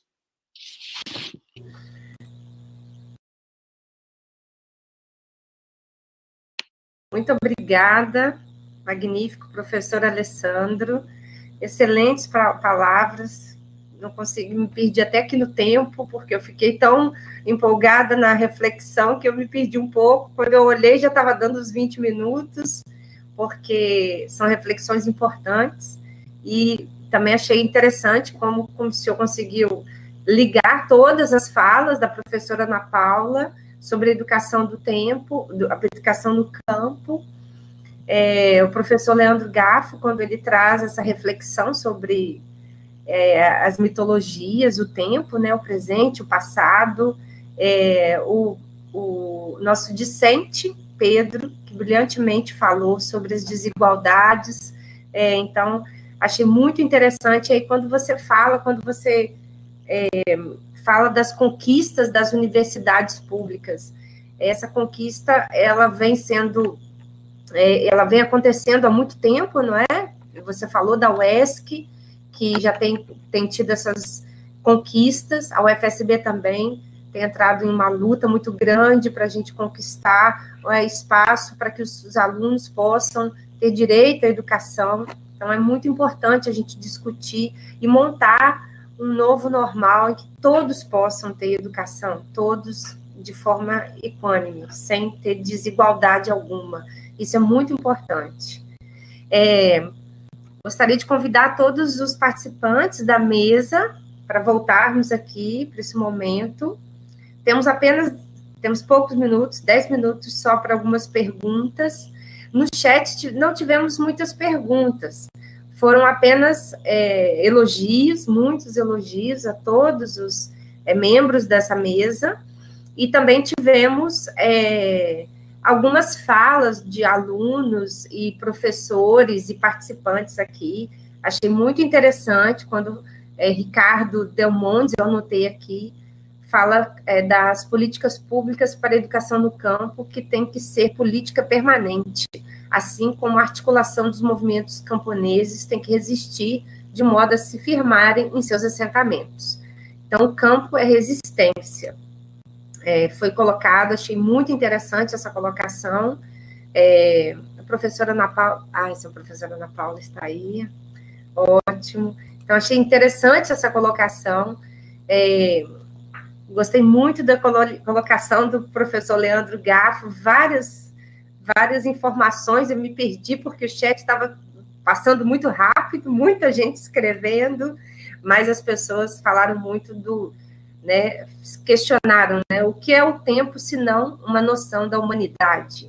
O que há além da temporalidade? Então, estavam falando sobre isso, o próprio Ricardo Delmonte falou isso, o professor Eliseu falou que Dark também nos mostra uma redesconstrução do tempo. E o nosso aluno, Fábio Melgaço, disse que o homem criou Deus. É uma citação de Nietzsche. Ele falou: o homem criou Deus à sua imagem e semelhança. Sobre as falas também do nosso discente, o Pedro, várias colocações também, vários elogios. A fala dele, uma fala muito importante, muito bem colocada, é uma oratória belíssima, viu, Pedro? Parabéns mesmo. E lá, Cristina Oliveira, no chat, disse que no Brasil a educação está jogada em último plano, infelizmente sem perspectivas de suspiro. Para o atual governo, o povo tem que ser ignorante para virar massa de manobra em nossas mãos. Então, aí o próprio Pedro disse, que precisamos fazer um pacto, que ninguém mais vai fingir que aprende, ninguém mais vai fingir que ensina. Ótimo, adorei a sua colocação, viu, Pedro? Anotei aqui para mim, viu? Para mim também. E o professor magnífico Alessandro, também gostei muito da colocação, vários elogios.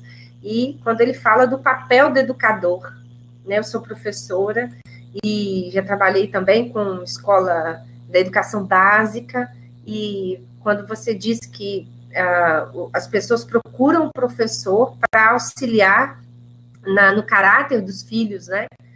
Eu também fui professora de educação básica e também tinha esse papel, e também os pais me procuravam. Eu acho que até hoje, no ensino superior, a gente também passa um pouco sobre isso, sobre caráter, sobre desigualdade, sobre viver num mundo normal, em que todas as pessoas sejam iguais, né, de alguma forma. Pelo menos a gente não tem esse mundo separado, essa sociedade tão dividida. Então, foi falas importantes.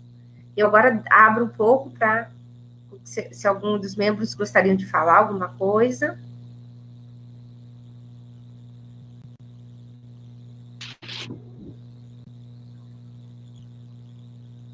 Professor Leandro, gostou das indicações do professor Alessandro, dos livros? Gostei muito, já conheço alguns, né? Conheço Camus, bem famoso, Aldous Huxley, né? Leitura obrigatória para quem gosta de ficção científica como eu. Professor, eu sou geógrafo de formação e meu professor foi Milton Santos, um baiano, né, da raça, né? E que me ensinou muito sobre essa questão que você aponta muito bem, né? A questão da desigualdade, a questão de que não é possível a gente pensar em avanços, em progressos, né, se a gente não consegue fazer tudo junto nesse processo, né? Algo que a professora Ana Paula também aponta, Pedro também, né? Então, gostei muito da sua fala, achei muito pertinente, muito interessante. Com relação a alguns comentários aí que a Carol acabou apontando, né? Deus cria o homem à imagem, ou melhor, o homem cria Deus à sua imagem e semelhança, né? Segundo Nietzsche, porque para Nietzsche Deus só pode ser uma criação humana, ele é uma ideia, né? Ele é uma produção, né, do tempo. E aí, falando sobre isso, uma das questões que apareceu é sobre o que é o tempo, né? E eu tenho um texto que eu publiquei há um tempo atrás, aí, num livrinho, discutindo o Flusser, o Willem Flusser, é um filósofo também, que é tcheco, mas morou no Brasil, e foi amigo de Guimarães Rosa, né, que o professor também citou.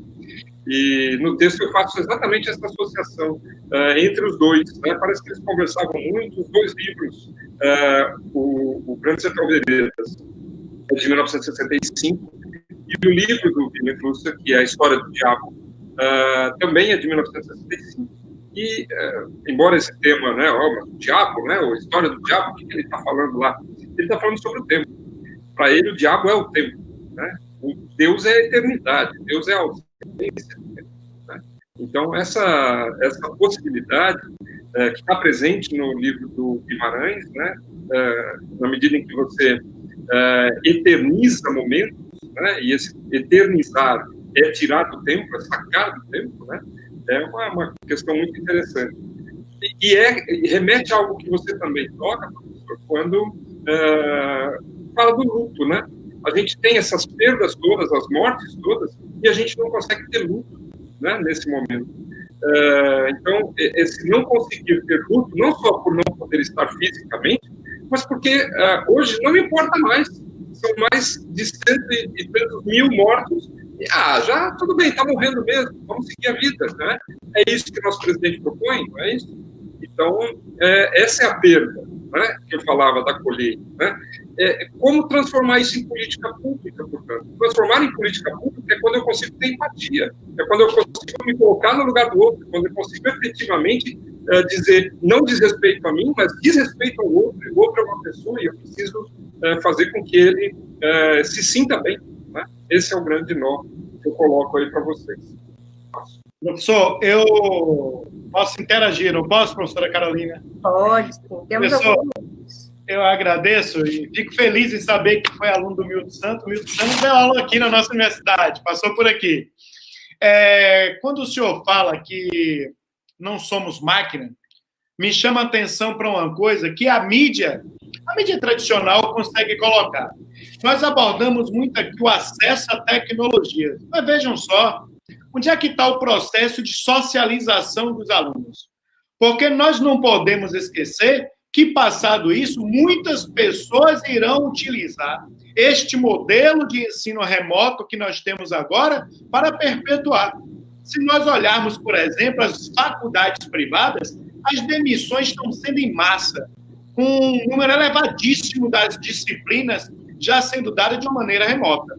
O que eu chamo a atenção é, naqueles locais onde, de fato, nós não temos acesso, o ensino remoto é uma grande alternativa, não tenha dúvida disso. Mas vejam só, imagine os nossos alunos, como nós vamos formar essas pessoas se elas não estão no ambiente de aula, que não conseguem lidar com competição, com perdas, com frustrações, que é próprio da socialização. Então, nesse momento, o que eu quero chamar a atenção, minhas palavras finais, é que nós façamos uma agenda própria daquilo que nós achamos que de fato interessa à sociedade nessa luta e que não fiquemos guiados por uma agenda feita pela mídia. Porque nesse momento, eu não sei quantas pessoas nos assistem, mas daqui a pouco nós teremos milhões de pessoas ligadas em telejornais com um pacote de informações previamente elaborados. E eu me recuso a acreditar que o que está sendo feito de política de governo tem sido ao acaso. Isso é pensado e isso é intencional. E agora o Caetano Emanuel Viana Teles Veloso, que completou 78 anos, nos chamou a atenção. É preciso estar atento e forte. Então é assim que eu me despeço nesse momento. Eu gostaria muito de agradecer a todos. Infelizmente, não temos mais tempo de responder algumas perguntas. Eu vi que o professor Pilzan mandou uma pergunta, a professora Rossi, o professor Vicente, mas a Bárbara já está aqui conosco, já me chamando a atenção que precisamos encerrar a nossa mesa redonda, mas infelizmente não teremos mais tempo, e desculpa todas as perguntas que não poderemos responder, viu? Mas realmente, eu gostaria de agradecer a todos e todas, ouvintes e os membros da mesa. Foi um prazer estar aqui com vocês e nessa discussão, essa reflexão, acho que foi muito profícua. Obrigada. Realmente uma pena, a gente queria muito poder responder todas as perguntas, o chat foi muito comentado, parabéns para todos os nossos convidados, as nossas convidadas, Pedro, professor Leandro, professor Alessandro, professora Ana Paula, quero muito agradecer a presença de vocês aqui com a gente. A gente quer informar que agora vão começar as nossas mesas às 16 horas, no nosso site vocês podem acessar também a galeria com as intervenções artísticas e prestigiar os nossos artistas regionais, e à noite nós teremos mais uma conferência que se inicia às 19 horas com o professor e pesquisador baiano Jailson Bittencourt de Andrade, e o tema da conferência vai ser o lugar sem lugar da ciência no Brasil contemporâneo. Vocês podem conferir nossa programação no site do evento. Muito obrigada e até daqui a pouquinho. Forte abraço. Forte abraço.